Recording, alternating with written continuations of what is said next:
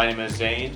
I'm 21 years old, and I came to Canada from Pakistan 2 years ago for my studies. And over the past year and a half, I've been arrested 10 times, and I've been to prison once for 14 days for a 14-day sentence. And I'm facing prison again, very likely, for a 60-day sentence. And I really am not someone who sees myself as an activist. And in this video, we'll basically talk about why ordinary people like ourselves are doing what we're doing and why we're doing this video, which is to talk about the problem and the solution. Yeah, I'm Starling, and I was born and raised in Richmond, which is a small suburb of Vancouver, and yeah, I grew up and went to university just like I thought everyone else would, and thought I could, use my engineering degree to save the world for renewable energy, but in reality, the solutions are already there. We just need to start doing them. I haven't used my engineering degree at all since I got it, since I realized that it wouldn't be any use, but engaging in civil resistance actually would help. And yeah, I walked dogs in the meantime until now, and now I work full time for Save All Growth. I am also facing a prison sentence of 14 days sometime in July for just 4 counts of mischief of sitting in the road. Yeah, so we'll basically now talk about what some of the very mainstream science is saying, and we're going to sort of try to talk about it without using the normal euphemisms that are used in the scientific community and in the activist space and in the NGO space.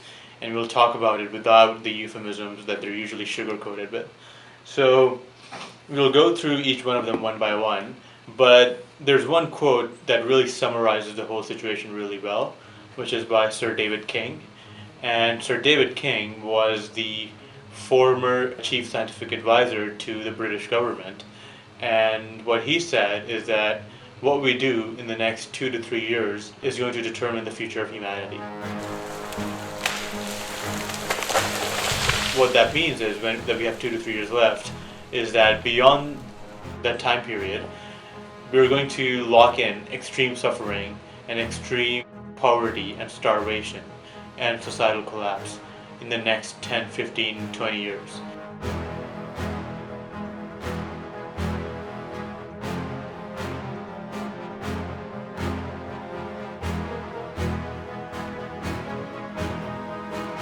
At this point, we are already locked in at 1.1 degrees Celsius above warming. It sure doesn't feel safe to me. Currently in BC, just last year, hasn't even been a year yet, we saw the heat dome and we saw Lytton burn to the ground, and it was 49 degrees there, the hottest temperature ever recorded in North America. Then we saw the floods in British Columbia as well, which cut off highways. It cut off Vancouver completely from the rest of the mainland. It killed hundreds of thousands of farm animals and destroyed a lot of our own agriculture. This is escalating clearly.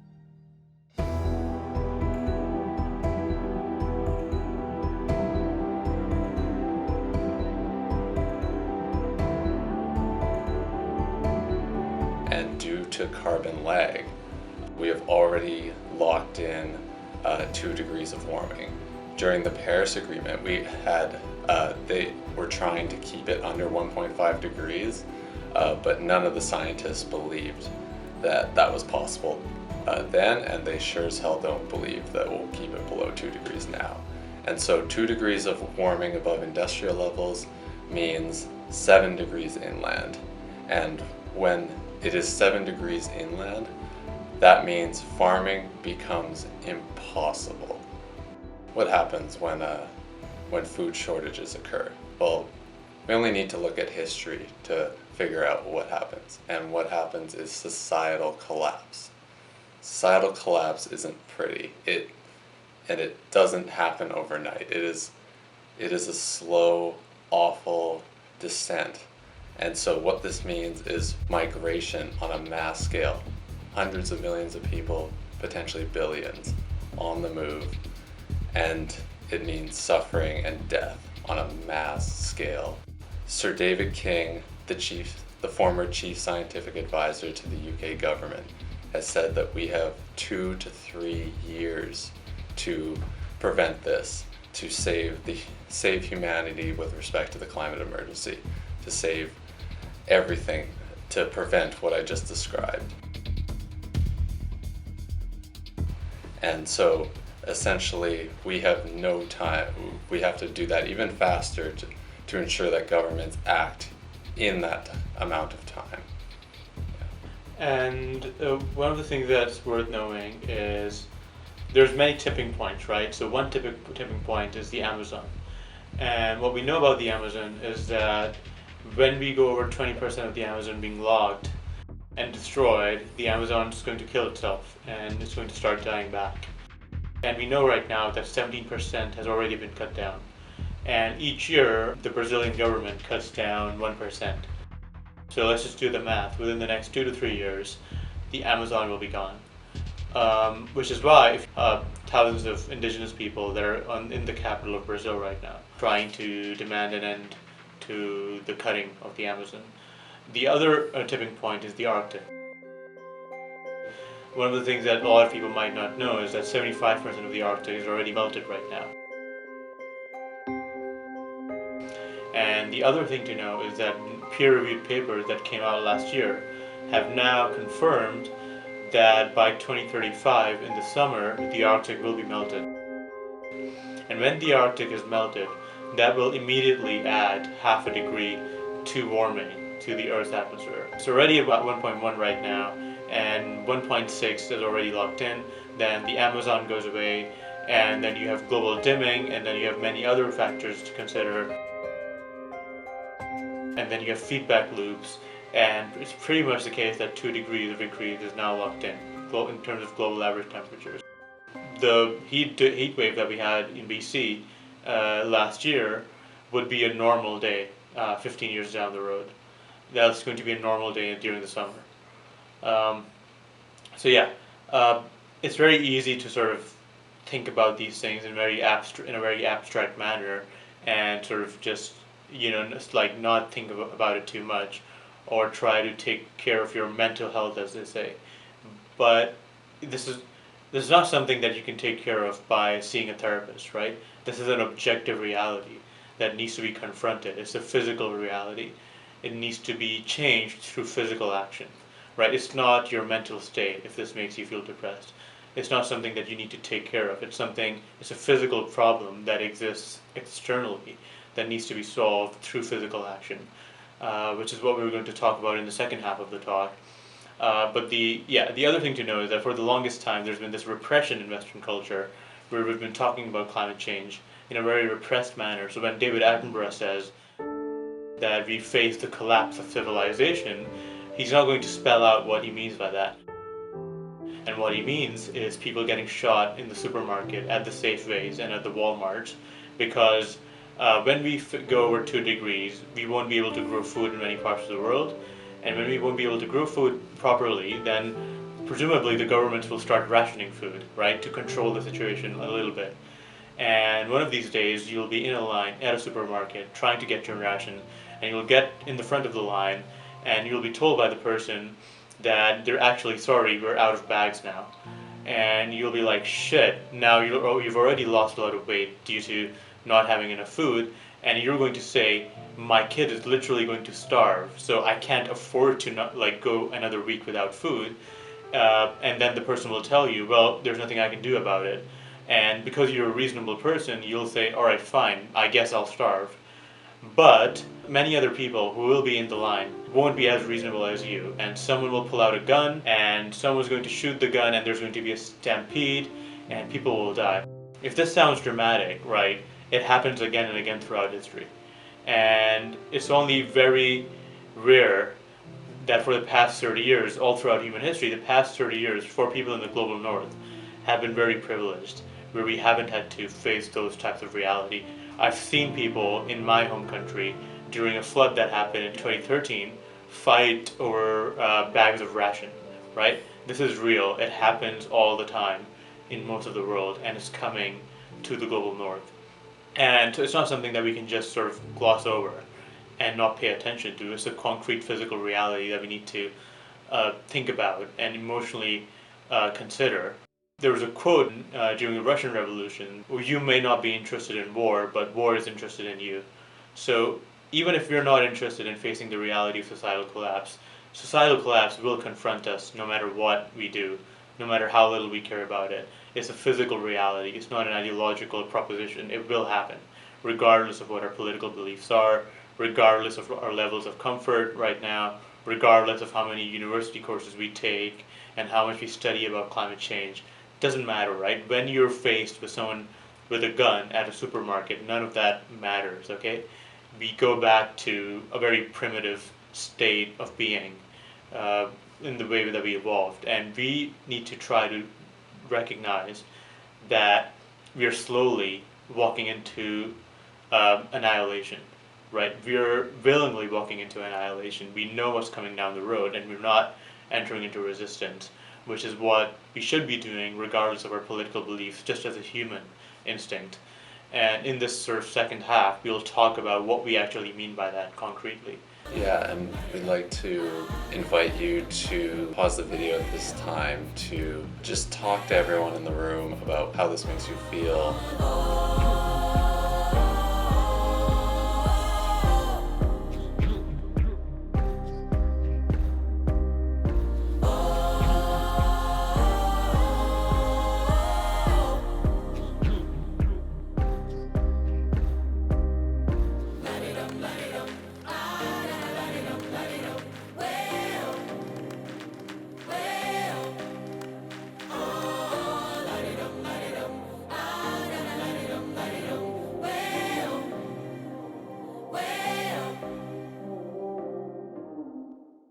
Right, so welcome back.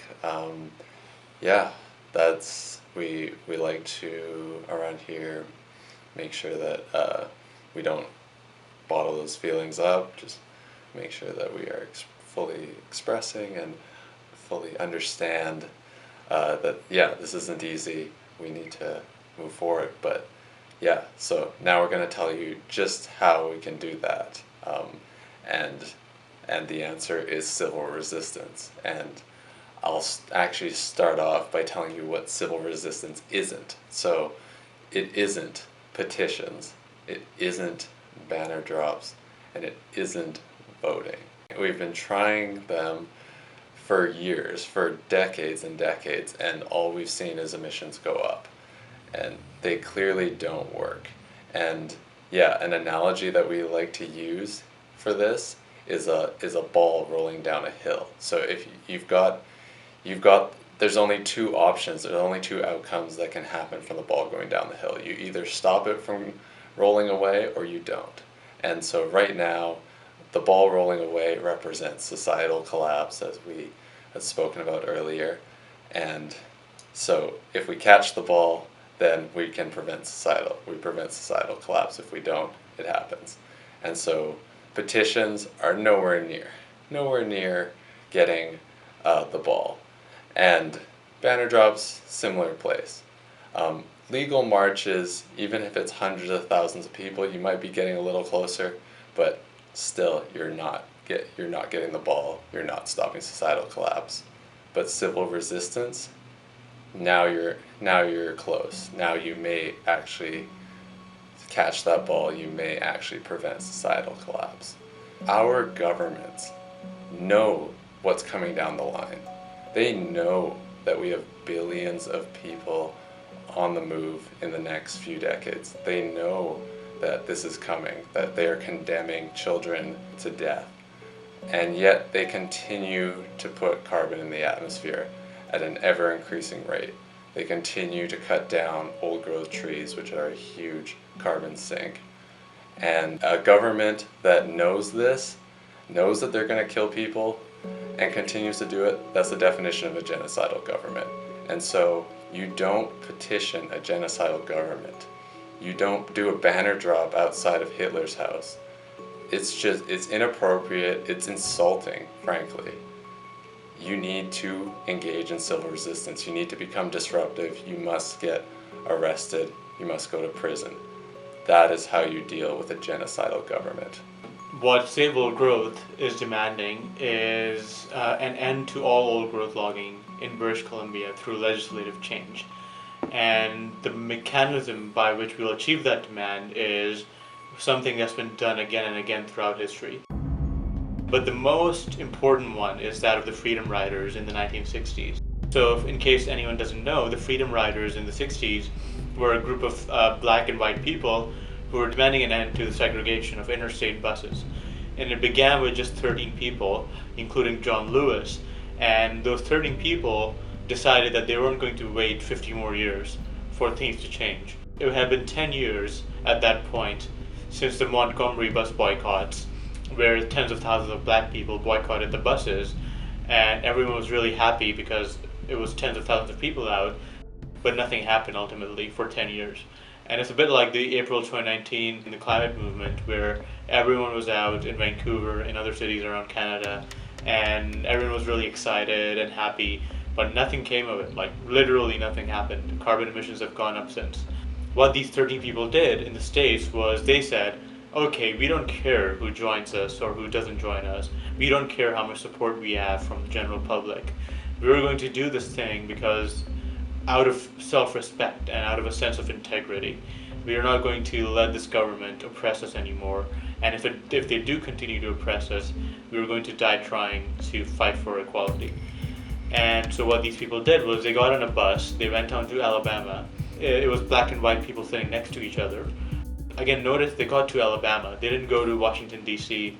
or to New York City or to any of the sort of liberal places in the States. They went to the most racist state at the time in the United States because they knew that when they get there, they might get killed and beaten up. And they were aware of that. They had nonviolence trainings and they knew what they were getting into, and they were doing it on purpose because they were done waiting for things to happen. So they got on a bus, they went down to Alabama. Their bus was ultimately caught by the Ku Klux Klan, and it was set on fire. The bus was set on fire with them inside. They somehow managed to escape the bus. When they escaped the bus, they were beaten up. The ambulance drivers didn't want to take them to the hospital because even the ambulance drivers hated them. So notice how difficult it was for them to create change in such a society. They weren't just dealing with bad racists being bad or lawmakers being bad. They were dealing with a way of life. Like they were dealing with a southern way of life. And what we're dealing with is not just one government or one regime or one corporation. We're dealing with a way of life that we have to challenge through disruptive action. And so what these freedom riders did was, at this point you would say, okay, well, they got beaten up, they almost got killed, their bus was set on fire. Surely they didn't do that again. But that's where you need to start understanding the logic of civil disobedience. It's very different from everything else. They said, fantastic, we'll do that again. So 3 days later, 24 people came down, did the exact same thing, and obviously the KKK did the exact same thing too. Again, they were caught, their bus was set on fire, they were beaten up, and they were thrown in prison, just like the first 13. Again, this provokes a backfiring effect. So people watch people get beaten up, the videos go around the world, and then they go, all right, fine. Then the other people come down and start supporting them. So within 2 months, you had 100 people in prison in Alabama doing hard labor. These were mostly young people, and you know how often people say, well, I can't get arrested, I can't do this because I'm in university. These were mostly young people, and often they were the first people in their generation in their family to be able to go to university. Their parents had saved for decades, and they were finally able to go to university, black people, women, young women, and they threw it all away, not because they didn't care about their education, but because their education wouldn't matter in a world where they weren't equal. And it's a similar situation now, where our education won't matter in a world where it cannot be used objectively, right? So it's about recognizing what the priorities need to be. So, they did what they had to do nonviolently. Within 4 or 5 months, you had 430 people in prison, and at that point, the federal government had to intervene to desegregate interstate buses. So it was the drama of the freedom rides, of the people disrupting the buses, the transit, right? Disrupting the social space of the public that generated drama in society, and that changed everything. And every single major win in the civil rights movement happened after the freedom rides, not before. And it completely changed everything. And we've seen that happen in the UK with Insulate Britain, and which has resulted in the new movement, Just Stop Oil, which has been blocking oil depots, and they're moving on to block motorways soon in the UK. And it has inspired many projects around the world, like Save Old Growth, who will be blocking motorways and are blocking motorways right now. And our plan is to do this phase of action until the end of April, then pause again for a month and recruit hundreds of people, potentially thousands of people, to go again, blocking the motorways in many parts of the province, and potentially different parts of the country for different demands, and getting legislative change or minor demands that are supported by most British Columbians, like ending old growth logging. So it's really about creating a dilemma demand that's very reasonable and very winnable. So it's about starting with a very small, reasonable demand. So the Freedom Riders didn't ask to end racism. What they asked was specifically the desegregation of interstate busing. And so we are following their lead and just asking for the end to all old growth logging in British Columbia through legislative change. And so what we'll be doing is creating a dilemma demand in that the BC government is now going to have to decide between putting hundreds to thousands of people, getting them arrested, throwing them into jail, or ending all old growth logging, which already has over 80% support in BC. And so if you choose to get arrested, you are withdrawing your consent to the destruction of our only 2.7% remaining old growth. And so Save Old Growth, like Zane mentioned, is structured after the Freedom Riders and Insulate Britain. And so what that means is that we are a highly organized campaign. Save Old Growth is a 3 to 6 month campaign. We'll either win or lose by the end of it. This isn't just a theory either. So we have actually heard from a source high up in the UK government that it would take, and they've told us a specific amount of people that would need to get arrested in 2 to 4 weeks or go to prison in 2 to 4 weeks. And when you scale that down to British Columbia, it is probably only 1,000 to 2,000 arrested in 2 to 4 weeks, or a few hundred in jail. And at that point you could get, you were granted any demand essentially at that point. And so this is just basic math. We aren't looking for populist support. This is not what civil resistance is about. And so, yeah, our structure is again highly organized. We have a few coordinators who make all the final decisions, and this kind of just allows us to then it defeats the informal hierarchies that always arise in big organizations. And so we'd like to offer a concrete pathway to action for you. And we'll do this by, we have a Know Your Rights training that we'll have on YouTube. It'll be in the description of this video. And then we will get you into a pre-action meeting with your block team. A block team is a group of 5 to 10 people, potentially 12 people, 15 people, who go on the motorway together, and most of these people are arrestable, and 3, maybe 4 people, maybe 2 people are not arrestable. So these can be police liaisons, legal observers, media persons who are recording the whole thing, de-escalators. And most people sitting down will get arrested or are going to risk arrest, and maybe they arrest you, maybe they don't. But the idea is that it's not about getting an arrest, it's about engaging in civil resistance, a consequence of which is that you will be arrested by the government because you're too much of a nuisance, you're causing too much economic disruption to the roadways in so much, like, so you will have to be arrested. And that's what it means to be in resistance when you're faced with a genocidal government.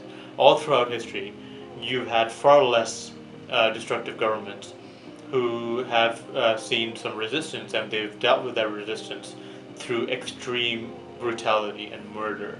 In Canada, we can bring about legislative change and even regime change through nonviolent civil disobedience, which won't really result in too much harm to you compared to what most people have done throughout history, all over the place. So it's a very small price to pay for a lot to get in return, and it's an absolute no-brainer for most of us. And like Sir David King said, we've got 2 to 3 years left. So what we need to know is that we don't have the luxury of pure critique and being like, well, I'm not sure about this demand, or I'm not sure about this tactic. Bro, you wanna die, bro? What the fuck? We're all gonna die if we don't do something.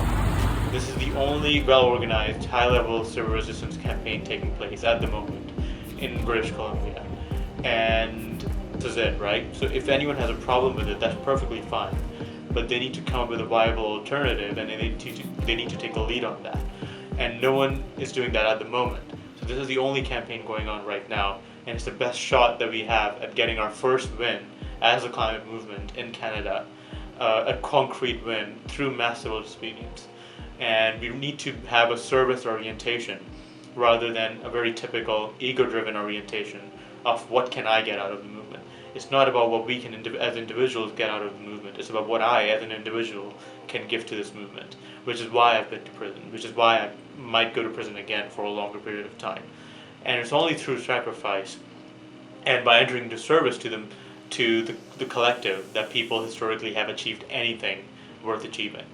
So that's what we need to know, and we need to return back to those traditions, and that's what the plan is over the next 3 months. And we'll be disrupting the Trans-Canada Highway 3 times a week, typically Monday, Wednesday, and Friday. And we would love to have you, so we have pre-action meetings the night before. If there's anyone new, we will go over, we'll strict nonviolence, both verbally and physically, and we'll teach you what to expect on the road that night before. And hopefully you will have had the legal briefing or watched that video at this point. And yeah, we hope to see you on the road very soon.